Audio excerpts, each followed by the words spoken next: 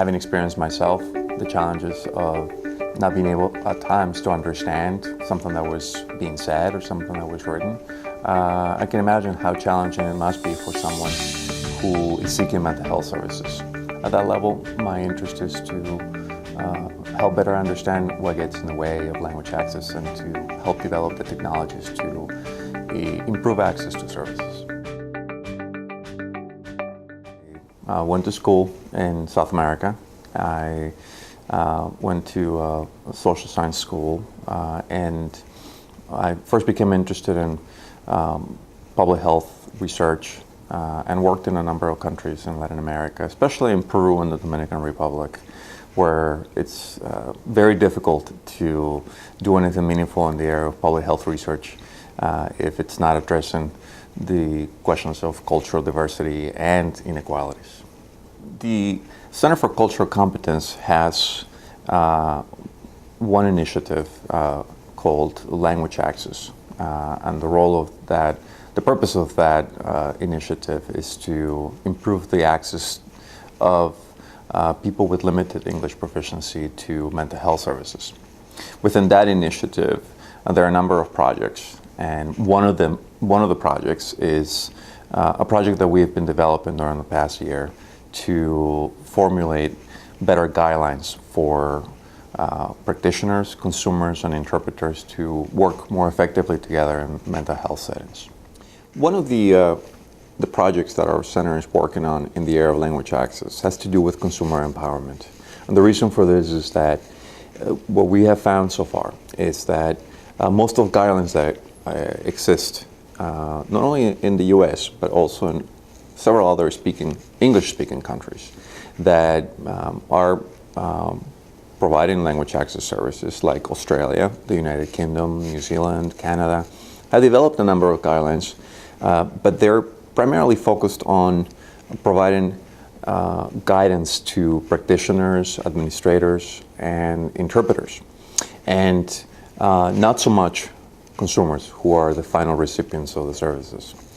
And we have identified that there's a gap, and there's a need for centers like ours to develop better technologies to empower consumers. And that really starts by better understanding what the barriers are for consumers to access language services, what their perceptions are about working with interpreters, what their preferences are.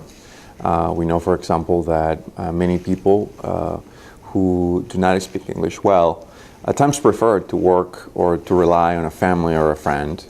Many of them are not necessarily informed of the fact that it is their right to have an interpreter, that there are a number of federal and state regulations that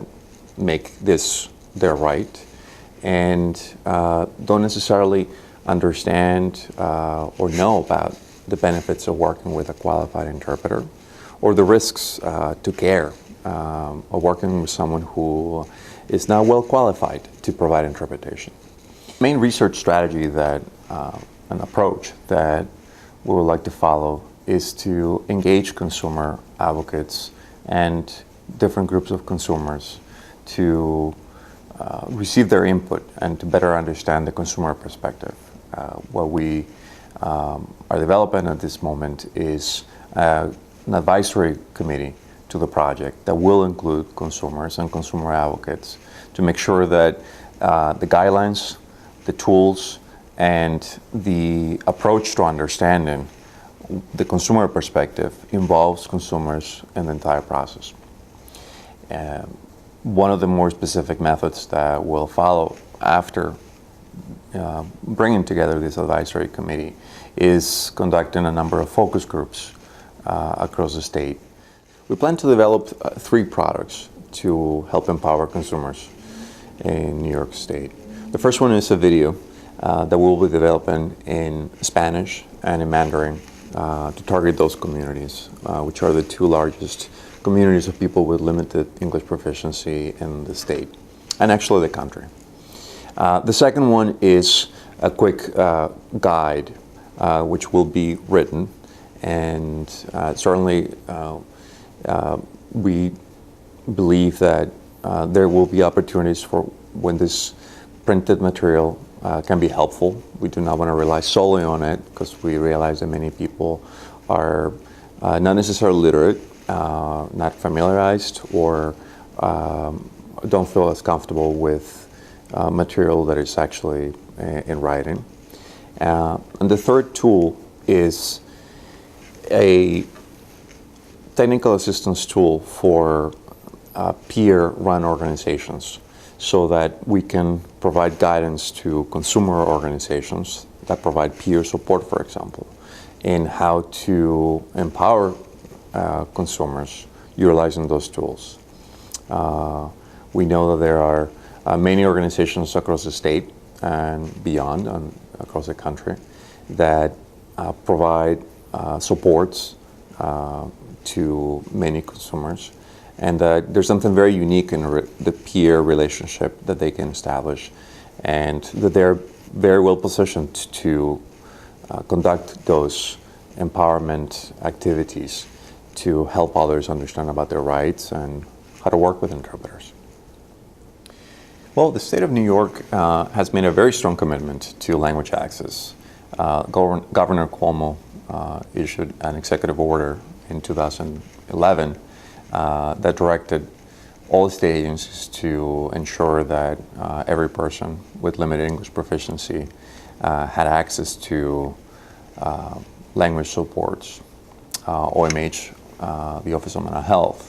has developed policies that are in line with that executive order, and is currently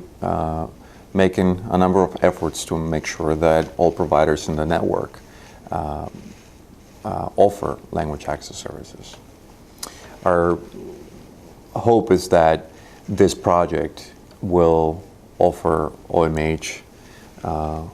with information about some of the concrete barriers that may get in the way of practitioners, providers, and mental health organizations across the state to fully support every person with limited English proficiencies, to also offer OMH concrete guidelines that can be feasible and acceptable in New York State settings, and finally offer very concrete tools that can be perhaps rolled out or scaled up and offered to all providers across the state in order to build their capacity to provide language access services. I think the main take-home message from this video is that language matters, that it is virtually impossible to provide quality and effective care in mental health when there are significant language barriers.